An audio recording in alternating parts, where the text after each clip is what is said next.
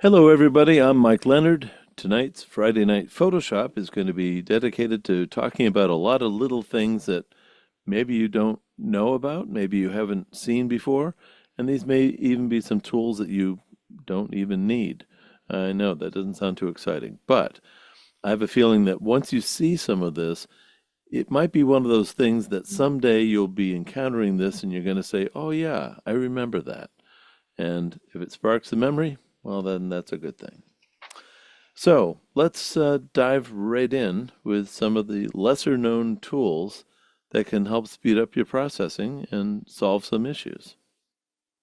Back in the day, I would get a lot of requests for people to say, Mike, can you make a print from something that's on videotape? And the answer is yes, but the quality was never really that great. If you look at this, this is a shot taken from video, and the resolution is only 640 by 480. It's not really high resolution. And if I open this up, you're going to notice something that's going to look kind of weird. This is what we call interlaced. See how the edges, all the diagonals are very jagged? Well, if you imagine taking your hands and folding them together so that your fingers are, interlaced, well, now we're going to take your fingers out and put one hand over the other. That's non-interlaced. The way television worked at the time, and it still does with 1080i, the I stands for interlace, is you have even frames and odd frames. And if you take just one of those frames, you run into this weird kind of an effect. Well, there is a filter under video. It's called de-interlace. And when you choose that, if you were to say, let's just use interpolation and we're just going to attack the odd lines. And if you look at some of these jagged lines here, they'll kind of go away. Now it gets a little softer, but we've just gotten rid of most of those lines. We still have some in here that we just can't do a whole lot with, but we've got rid of most of them. Now, this is still pretty low resolution, so the only thing that we could do from here would be to make this a little bigger by going up to image size, and you'll notice that the resolution is only 72 dpi. That's pretty low. And again, it's 640 by 480. If I choose inches at 72, and if I go and resample this, and if I were to put in 300 for the resolution, and again resample this, here's the actual native size if you're going to be printing this video clip out. It's going to be a little over 2 inches by a little over an inch and a half. That's how small video is.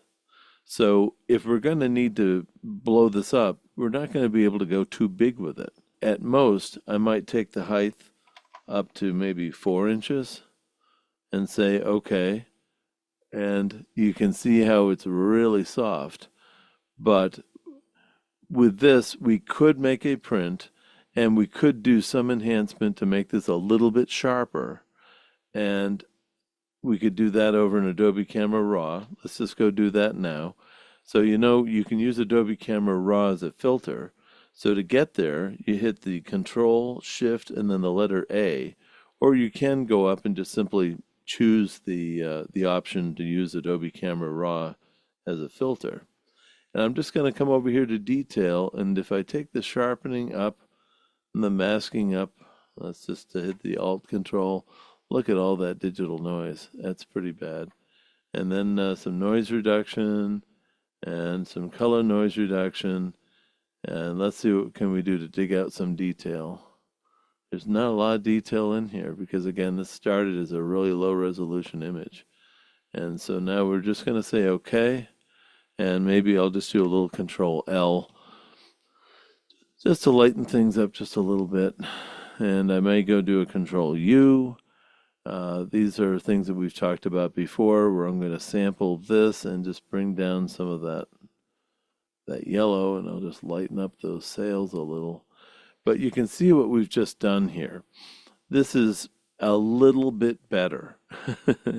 I can't say it's anything you're going to necessarily want to frame, but what we've just done is to deinterlace this, and we got rid of most of those lines. We still have some up here, and we could go in and paint over these, but the point is that filter, the deinterlace, helped us quite a bit.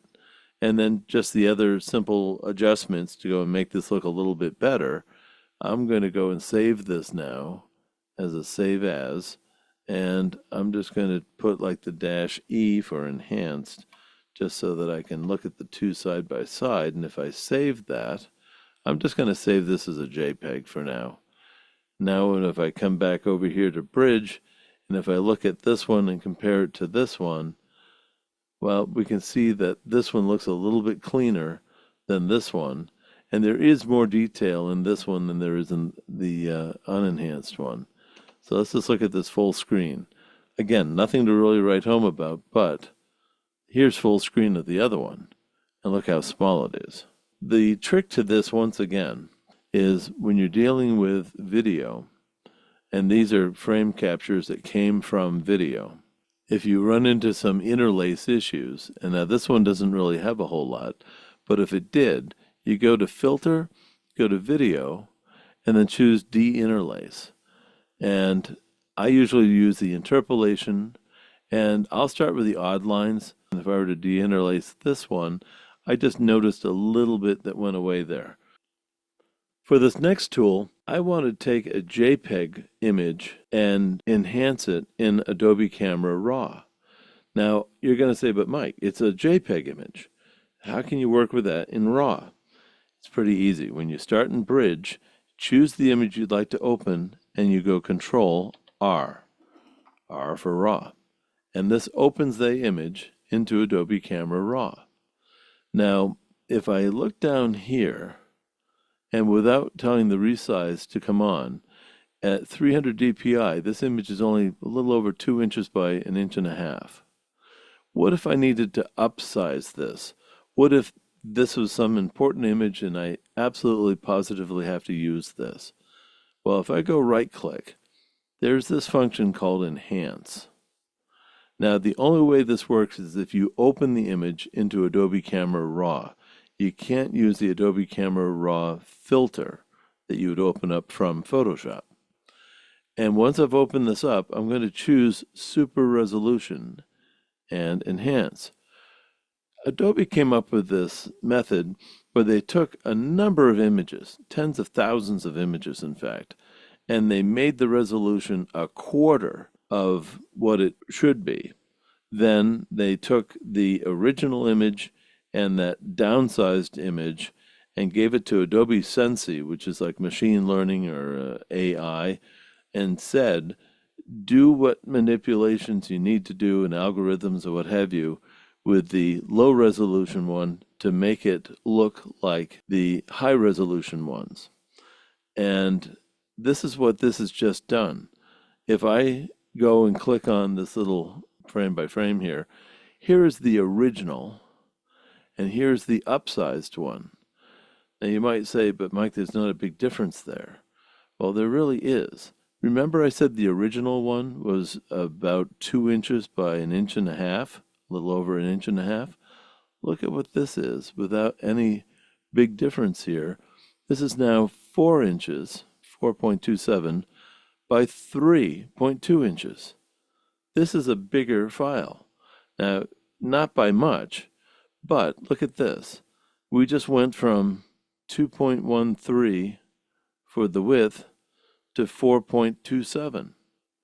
This is a great way to take older images to be able to upscale it.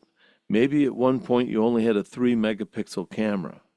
Well, now you can open that up into Adobe Camera Raw and use this enhance function to get more resolution, to make this look better. And once you've done that, now you can do more with this because it's a larger file now. Now, I think what I'd like to do to this image is, first of all, we need to straighten out the lighthouse because it's a little bit crooked. So if I go to the tool that's going to help with that, which is this crop tool, and if I try to say, well, go ahead and straighten it, it won't do it. No upright found. So I'm going to have to rotate this until that is proper. And that's not bad right there. And I'm going to say constrain the crop. So this gets rid of around the edges. And this is actually a pretty good crop. This is right where I'd like it to be. So I'll just double click and I've just straightened that out. Now again, I'm starting with a really low resolution image here, aren't I? So I need to do some noise reduction. Now, under detail, you notice we've got a lot of things that are grayed out, and masking is one of those important ones. If I simply take the sharpening and bump it up just a little bit, suddenly these controls come alive. And now I'm going to do the typical thing to mask this, where I hold the Alt key and then click on the masking. Look at all the noise in the sky. That's an amazing amount of noise. I'm going to move this all the way over. I don't want to go too far, but I'm going to go right to about there. Now remember, everything black is going to get noise reduction. Everything white's going to get some enhancement. And I wouldn't want to enhance all that noise. So that's why I'm making a mask, to get it right to there. Okay. Now I'm going to bring up the detail a bit. I am going to use some luminance noise reduction, and that cleaned up the sky. And I'm going to use this color noise reduction. I'm just going to move this up kind of arbitrarily. And that's just cleaned this up quite a bit. I'm pretty impressed with how this looks. In fact, if I were to zoom in on just the portion of this lighthouse, like right in here, and if I show you before and after, I bet you might even see a difference. Here's before, and here's after. Again, before and after. There's a lot of noise in the sky here. So maybe I'll go with even a little more luminance noise reduction to clean that up. And I do want to sharpen up the lighthouse just a little bit, but not too much. All right. So I've just done that, and I'll just bring this back to here. And then what I would like to do next would be I'd come over here to color, maybe bring up some of the vibrance a little, go to effects. I could probably take the clarity and bring some contrast out, make that look a little better. Dehaze will make that a nice bluer, and then give it a little bit of vignette. Not much, just a little bit of vignette. Now, if I click this, this will show me how I started. See, it was crooked with all the noise, and here it is cleaned up after the fact. And with this, I can say open and look at it in Photoshop. This will make what I'd say a fair print. Now, again, we're not dealing with a high-resolution image to begin with, but for what this is and for what it was, you can see that by using some of these tools to clean up and to enhance these lower resolution images, we can make a difference. And this can be really important because I always talk about the given set. Sometimes you're given this image. This is what somebody hands you, and they'll say, can you make a print of this? Well, the answer is yes, but what's it going to look like? And this is where it's important to know how to go and use some of these tools to do some enhancement to the low resolution images. Now, there are some plugins like No Noise On1, and there's Gigapixel and Topaz that can take these images and make them look even better. I'm trying to keep everything within the Photoshop sphere. These are all things that you have. These are tools that you have just by having Photoshop without having to add anything. So I'm going to just go save this one, and there's something very unique. It's already put the word enhanced in here. And I'm just going to save this as a JPEG. Normally I wouldn't do that. But take a look at this. When I come back to Bridge, we now have this as a DNG file. Gee, a DNG file is a digital negative file. It's like a RAW file. And this shows that I've cropped it and I've done some adjustments to it. That's why I don't mind saving this as a JPEG file. That's how we started, and here's the output. Because if I ever did want to do something more with this, well, I've got this DNG file right over here that I could open this up and I could process it just like a RAW file. So that's the enhance mode for working with small images and being able to make them a little bit bigger. Okay, now we're going to talk about something a little bit different. For this next image, we'd like to determine how do you know if you have a color cast in your image or not. So I'm going to open up this Winter Wonderland scene. When we look at this, we say, yeah, a lot of white snow. We can see that red house, hint of red in the back. But does this look like it has a color cast? Some of you may say yes, some of you may say no. But how do we know for sure? Here's a real quick way to check to see if your image has a color cast. By choosing the rectangular marquee tool, I'm just going to draw a box like that. And simply I'm going to go Control U, and I'm going to desaturate. Boom. And say OK. How many people think that this box looks kind of a greenish color now? Would you believe this is true black and white? All these red, green, blue values are all equal. So this is proving that this has got a color cast to it. So what happens when you have a color cast, and what if you wanted to remove that? Well, let's first of all get rid of this, Control Z to get rid of that. And now if I go do a Control L, we can go gray digging. Now what this is a process of taking this middle eyedropper and going around this scene looking for something that should be neutral. And what I define neutral as having the same value of red, blue, and green. If I bring up this little info, I know it's pretty small. You see there's a red, green, and blue value. And if I come down here to anywhere in this image, you'll see that there's a disparity there. There's more blue than there is green or red. So that means this has got a blue color cast to it. So what I need to do is to make this gray. So by choosing this middle eyedropper, if I come down to something that I think should be neutral and simply click on it, look at the values of the red, green, and blue now. They're all 184. If I move over here, 172, 176, 172. That's pretty close. I can just click here, and that just makes them all the same values. Now, if I were to click down here, there's a lot of red because of that red house. And it shows up there. There's 106 units of red. What's the opposite of red? Cyan. So if I click here, this should be adding a lot of green and blue. And sure enough, it did. So I need to go gray digging and find something that should be gray. And that was not gray. And I don't want something that's pure white. But I'm just going to go clicking around the forest here until I find something that I think is a good gray. That's not bad there. I kind of like that. And then I might just take the black level and bump that up a little. And take this and make that a little whiter. There we go. So now this has less of a color cast. It looks more like snow. The red really shows in this house. And if I were to save this now and compare it to the original, and I'm just going to go -E again for enhanced. So I'm saving it, doing a save as. And I'm just saving this as a JPEG just for tonight. So now if we take a look at this one, this is where we started, and here's where we're ending. Again, before, after. I like the presentation here a little better, personally. I think the colors look a little nicer, but this is how we started. And some of you, when you first saw this, probably didn't know that there was a color cast to this. Simply doing that trick of just drawing a box and then desaturating will tell you whether you or not you have a color cast.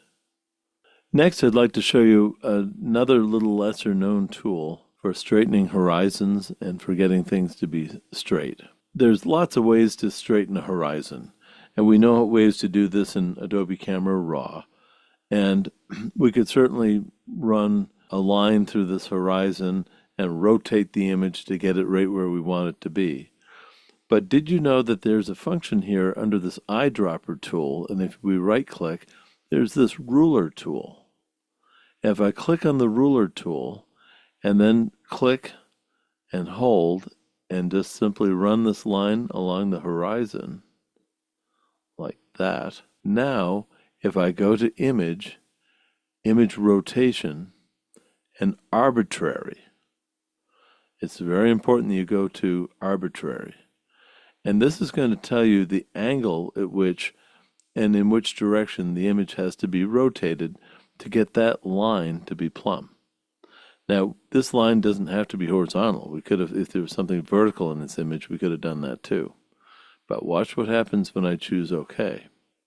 This is by how far the image was off. Now, of course, I'd have to either go in and crop or do content-aware fill or something, but you see I've just straightened this image out.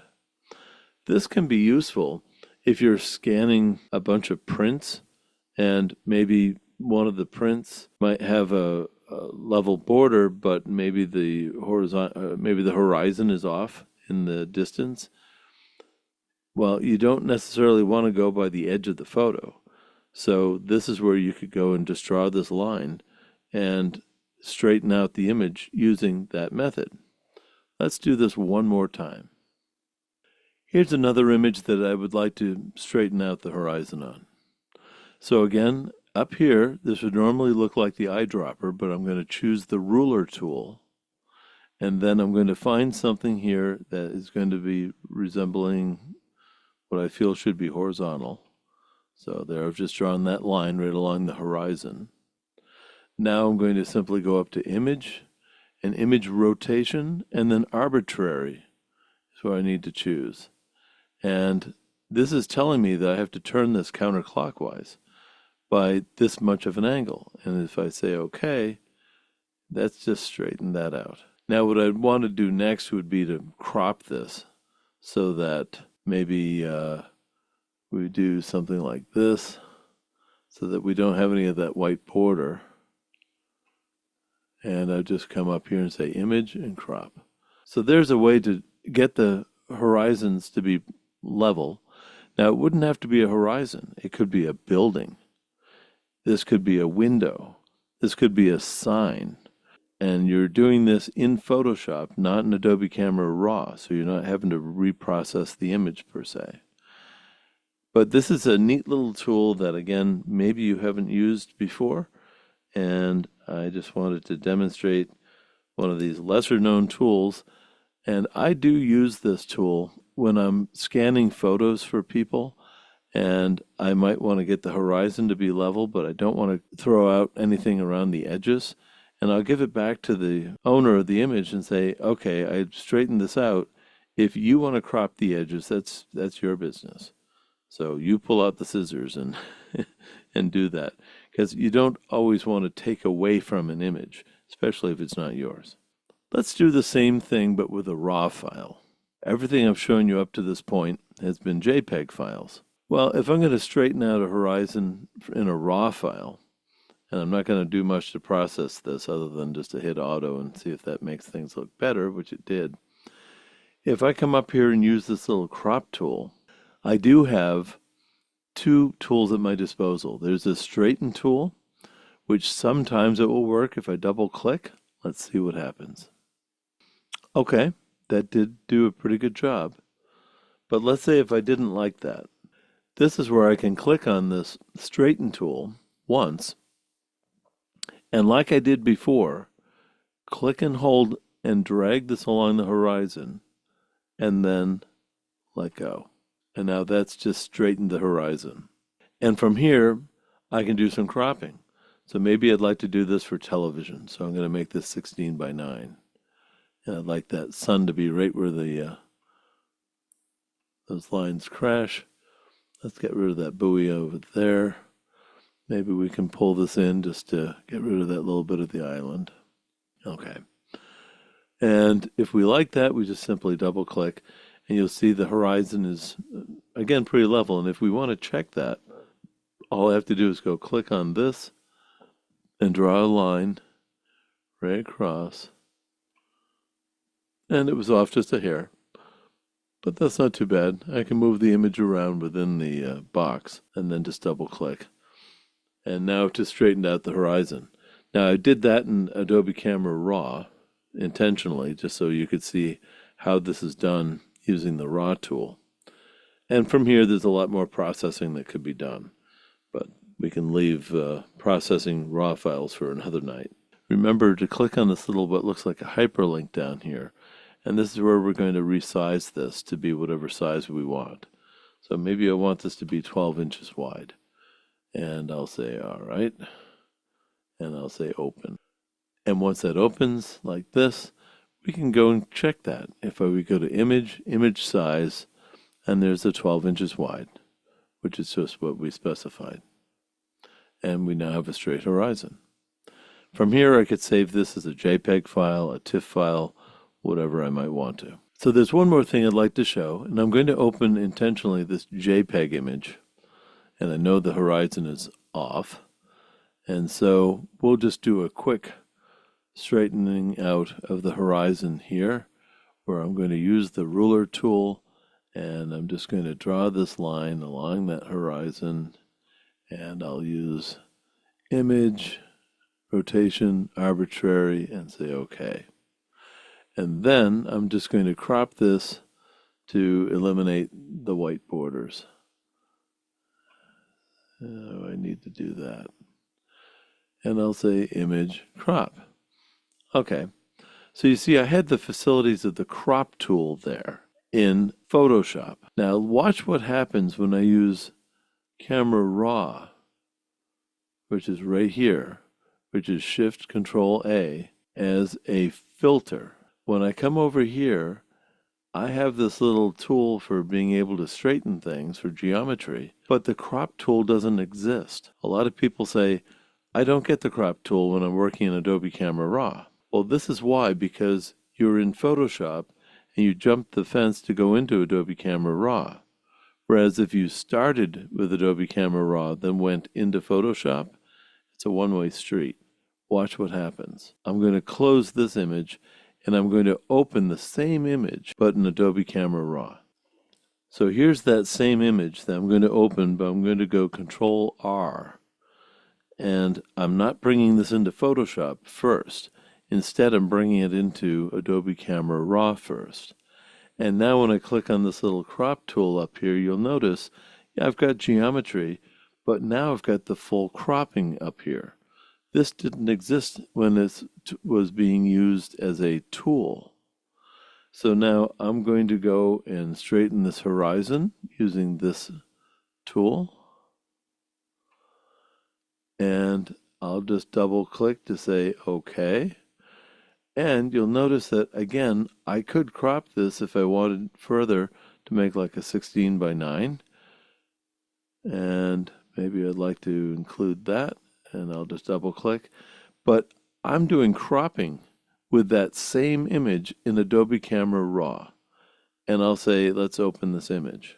If I had opened this into Adobe Photoshop first, then if I went to Filter and went to Camera Raw filter, I would not have that cropping facility. So to get the full version of Adobe Camera Raw, you start in Bridge, you choose the JPEG that you want to work with, and you do Control R. If you just open this into Photoshop and then jump back into Adobe Camera Raw, you don't get the crop tool. I just wanted to demonstrate that and make sure everybody knows that. So that's just a quick look at some lesser known tools that might speed up your processing in Adobe Photoshop. Thanks for watching. We'll see you again here on Friday Night Photoshop.